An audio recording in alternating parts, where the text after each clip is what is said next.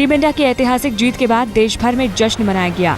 दिल्ली में ईशांत शर्मा और मेरठ में भुवनेश्वर कुमार के परिवार ने मिठाई बांटकर जीत का जश्न मनाया।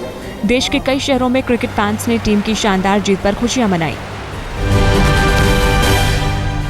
इंग्लैंड के विकेटकीपर मैट प्रायर सीरीज के बाकी मैचों में नहीं खेलेंगे।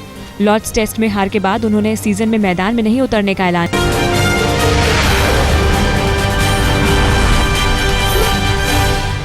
कांग्रेस की मुश्किलें कम होने का नाम ही नहीं ले रही हैं। नेशनल कॉन्फ्रेंस के बाद अब एनसीपी से गठबंधन पर भी खतरा मंडरा रहा है। एनसीपी ने महाराष्ट्र विधानसभा चुनाव के लिए कांग्रेस के सामने 144 सीटों की मांग रखी है। महाराष्ट्र एनसीपी अध्यक्ष सुनील तटकरे ने कांग्रेस को टका सा फैसला सुना दिया। तटकरे का साफ कहना है कि अगर 144 सीटें नहीं दी गई तो एनसीपी अकेले ही चुनाव लड़ेगी। 2009 विधानसभा चुनाव में एनसीपी के हिस्से 113 सीटें आई थीं, जबकि कांग्रेस 170 सीटों पर चुनाव लड़ी थी। शिवसेना सुप्रीमो उद्धव ठाकरे ने नारायण राणे के इस्तीफे पर चुटकी ली है। उन्होंने कहा है कि ज्वाइन करने के लिए कुछ पार्टियों का पता मैं दे सकता हूं। उद्धव ने कहा कि राणे की राजनीति खत्म करने में उनकी कोई दिलचस्पी नहीं है, लेकिन कोंकण को राणे के आतंक से मुक्त कराना है। सोमवार को राणे ने पृथ्वीराज मंत्रिमंडल से इस्तीफा दे दिया। हरियाणा और असम में भी कांग्रेस के लिए मुसीबत बढ़ गई है। दोनों राज्यों में कांग्रेस नेताओं ने अपने मुख्यमंत्रियों के खिलाफ ही मोर्चा खोल दिया है। असम में मुख्यमंत्री के खिलाफ 18 विधायक लामबंद हो गए हैं। बागी नेता हेमंत बिस्व शर्मा ने मंत्री पद छोड़ दिया है।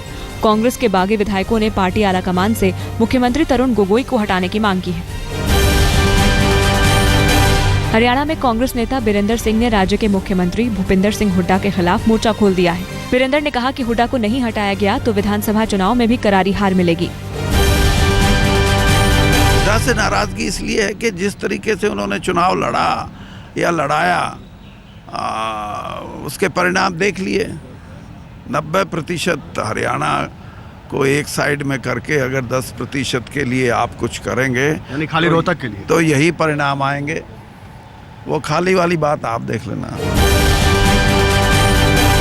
यूपी के राज्यपाल अजीज कुरैशी ने अपने बयान से विवाद खड़ा कर दिया है। उत्तर प्रदेश में रेप की घटनाओं पर उन्होंने कहा था कि ये घटनाएं भगवान भी नहीं रोक सकते।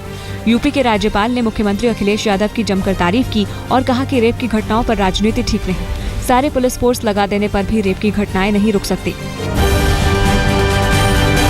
यूपी के राज्यपाल अजीज कुरैशी के बयानों की हर तरफ आलोचना हुई है। यूपी बीजेपी के अध्यक्ष लक्ष्मीकांत वाजपेयी ने कहा कि अजीज कुरैशी ने इस तरह का बयान देकर राज्यपाल पद की गरिमा को ठेस पहुंचाया है। वहीं जेडीयू नेता केसी त्यागी ने कहा, राज्यपाल के पद पर बैठे व्यक्ति को इस तरह बोलना शोभा नहीं देता। कांग्रेस नेता अंबिका सोनी ने कहा कि अगर यूपी के राज्यपाल ने ऐसा बयान दिया है तो दुर्भाग्यपूर्ण है। इस तरह का वक्तव्य अगर उन्होंने दिया है तो मुझे खेद है, क्योंकि मैं मानती हूँ ये बहुत बड़ा मुल्क है। यहाँ इस तरह की दुर्भाग्यपूर्ण इस तरह की घटनाएं होती रहती हैं किसी न किसी कोने से। लेकिन आप खुद समझिए कि पिछले 2-3 सालों से एक पूरे मुल्क में कॉन्शियसनेस आई है, कानूनों में तब्दीली लाई गई है, संशोधन लाए गए हैं, कानूनों को ज़्यादा सख्त बनाया गया है कि महिलाओं के साथ इस तरह के खिलवाड़ ना हों। आंध्र प्रदेश के विवादित नेता अकबरुद्दीन ओवैसी के भाषण पर ठाणे में रोक लग गई है। ठाणे पुलिस कमिश्नर ने शहर में घुसने पर भी रोक लगा दी है। ओवैसी को मुंब्रा में भाषण देना था। ठाणे में घुसने की कोशिश पर कानूनी कार्रवाई हो सकती है।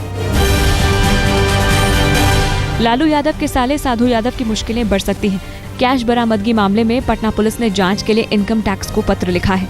अब इनकम टैक्स विभाग साधु यादव से हिसाब मांगेगा कि कहां से आए इतने पैसे और गहने।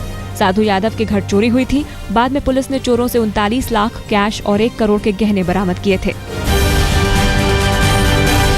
काले धन को लेकर वित्त मंत्री अरुण जेटली ने सख्त रुख अपनाया है।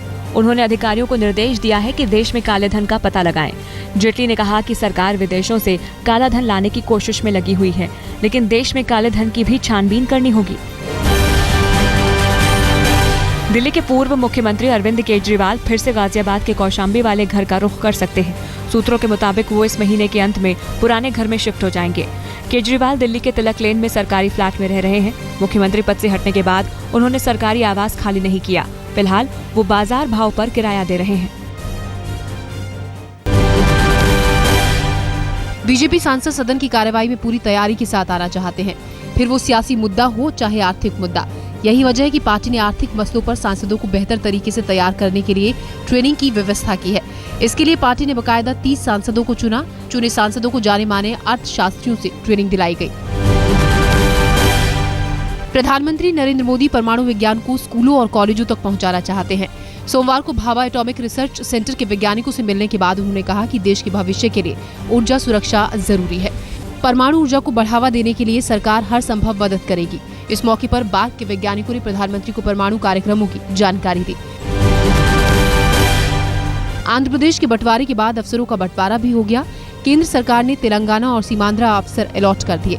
तेलंगाना में 163 IAS के पद, IPS के 112 और IFS के 65 अधिकारी भी होंगे, जबकि सीमांध्रा में IAS के 211, IPS की 144 और IFS की 82 पोस्ट होंगी। कार्मिक मंत्रालय ने इसका नोटिफिकेशन जारी कर दिया है। बेंगलोर रेप केस की गाज बेंगलोर के कमिश्नर पर गिरी है। राघवेंद्र और आदकर का ट्रांसफर कर दिया गया। उनकी जगह पर MN रेड्डी को बेंगलोर का नया कमिश्नर बनाया गया है। सोमवार को कर्नाटक के मुख्यमंत्री और गृह मंत्री ने पीड़ित के घर वालों से मुलाकात की। सरकार ने जल्द ही स्कूल खुलने का भरोसा जताया है। बेंगलोर की अदालत ने 6 साल की बच्ची से रेप के आरोपी मुस्तफा को 7 दिन की पुलिस कस्टडी में भेज दिया। 2 दिन पहले ही पुलिस ने मुस्तफा को गिरफ्तार किया था। खराब मौसम की वजह से एयर इंडिया की फ्लाइट इलाहाबाद में नहीं उतर सकी। पहले फ्लाइट को जबलपुर डाइवर्ट किया गया और फिर यात्रियों को जबलपुर घुमाकर वापस दिल्ली लाया गया। एयर इंडिया ने सभी यात्रियों का किराया वापस करने की पेशकश की है। यूपी के मुरादाबाद में रामगंगा नदी में डूबने से 2 छात्रों की मौत हो गई। PAC के गोताखोरों ने किसी तरह से 3 छात्रों को बचा लिया। 5 छात्र नदी में नहाने गए थे, तभी अचानक पानी के बहाव में बह गए। बिजनौर की हल्दौर में गन्ना किसानों ने ट्रेन पर ही अपना गुस्सा निकाला। सोमवार को किसानों ने ट्रेन रोक दी। बकायदा भुगतान की मांग को लेकर किसानों ने बिजनौर मुरादाबाद हाईवे पर जमकर प्रदर्शन किया। किसानों के प्रदर्शन का असर रेल और सड़क आवाजाही पर पड़ा। किसानों ने कहा है कि जब तक उन्हें बकाया रकम नहीं मिलेगी तब तक रेल रोकेंगे और सड़क जाम करेंगे। मध्य प्रदेश, छत्तीसगढ़ और महाराष्ट्र में आज और कल भारी बारिश की चेतावनी है। मौसम विभाग ने सभी राज्यों को अलर्ट किया है। वहीं उत्तराखंड में बारिश के बाद लोग भूख से परेशान हैं। रास्ते में फंसे लोगों को खाना नसीब नहीं हो रहा है। रास्ते में जहां तहां गाड़ियां फंसी हुई हैं। लोगों ने प्रशासन से मदद की गुहार लगाई है। उत्तराखंड के बनबसा बैराज से छोड़े गए पानी ने पीलीभीत में कहर बरपाया है। नदी का पानी दूर दूर तक फैल गया। करीब 2 दर्जन से ज्यादा गांवों का संपर्क टूट गया है। उधर फैजाबाद में सरयू नदी के कटान से प्रशासन बेहद परेशान है। लोगों को नदी के किनारे से हटने के लिए कहा जा रहा है।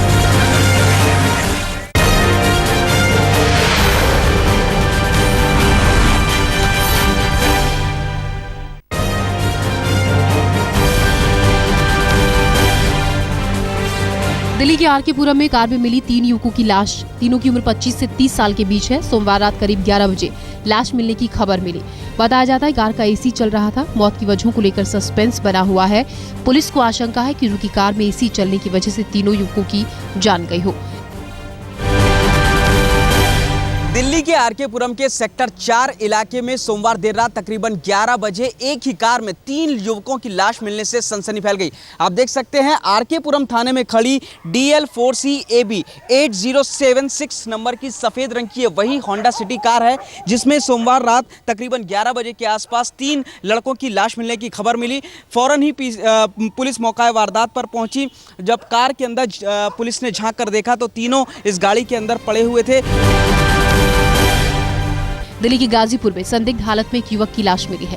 युवक की मौत गोली लगने से हुई है। मृतक के घर वालों ने दोस्त पर हत्या का शक जताया है। लोगों ने आरोपी के दोस्त की जमकर पिटाई कर दी। परिजनों ने हाईवे पर भी हंगामा किया। नोएडा ट्रिपल मौत मिस्ट्री की गुत्थी अब तक नहीं सुलझी। अब पुलिस CCTV फुटेज खंगाल रही है, लेकिन अब तक किसी नतीजे पर नहीं पहुंची है।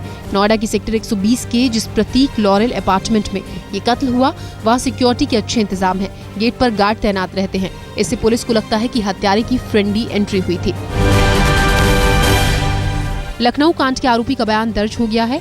एक दिन पहले ही पुलिस ने आरोपी को गिरफ्तार किया था। CRPC की धारा 164 के तहत बयान दर्ज हुआ। लखनऊ में एक महिला की वहशियाना तरीके से हत्या कर दी गई थी। केस की जांच करने वाले DIG नवनीत सिकेरा का कहना है कि अगर हत्यारे को सजा नहीं हुई तो हाथ में नहीं लूंगा कभी कोई भी जांच। मुरादाबाद के युवा चित्रकारों ने 30 फुट का कैनवस तैयार किया है। इसमें लखनऊ कांड की दरिंदगी को उकेरा गया है। युवा चित्रकारों ने लोगों से महिला के खिलाफ अत्याचार को खत्म करने की अपील की है। दिल्ली में पूर्वोत्तर के युवक की पीट कर हत्या कर दी गई। मणिपुर का रहने वाला युवक बीपीओ में काम करता था। इस मामले में पुलिस ने 3 लोगों को गिरफ्तार किया है।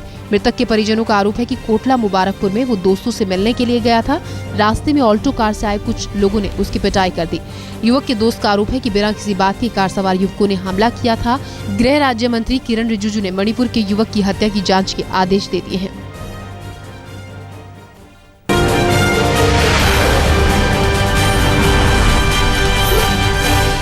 मलेशियाई विमान पर मिसाइल अटैक के मामले में रूस बुरी तरह से गिरता दिख रहा है।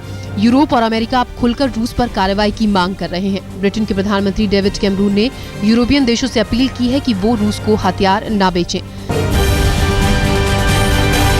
अमेरिकी राष्ट्रपति बराक ओबामा ने रूस को चेतावनी दी है कि अगर यूक्रेनियन विद्रोहियों को रूसी समर्थन जारी रहा तो वो दुनिया में अलग थलग पड़ जाएगा।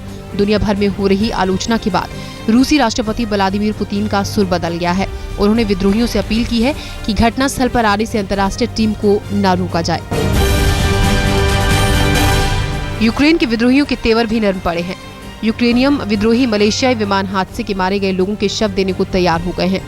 विद्रोहियों ने मलेशियाई सरकार को इस बारे में भरोसा दिलाया था। इससे पहले खबरें आ रही थी कि विद्रोही घटनास्थल पर किसी के आने पर अड़ंगा डाल रहे थे। गाजा में अब भी गहमागहमी बनी हुई है। अब एक नया वीडियो सामने आया है जिसमें इजराइल के सैनिक सीज़फायर का उल्लंघन करते दिख रहे हैं। इस वीडियो में नागरिकों पर गोलीबारी करते हुए दिखाया गया है।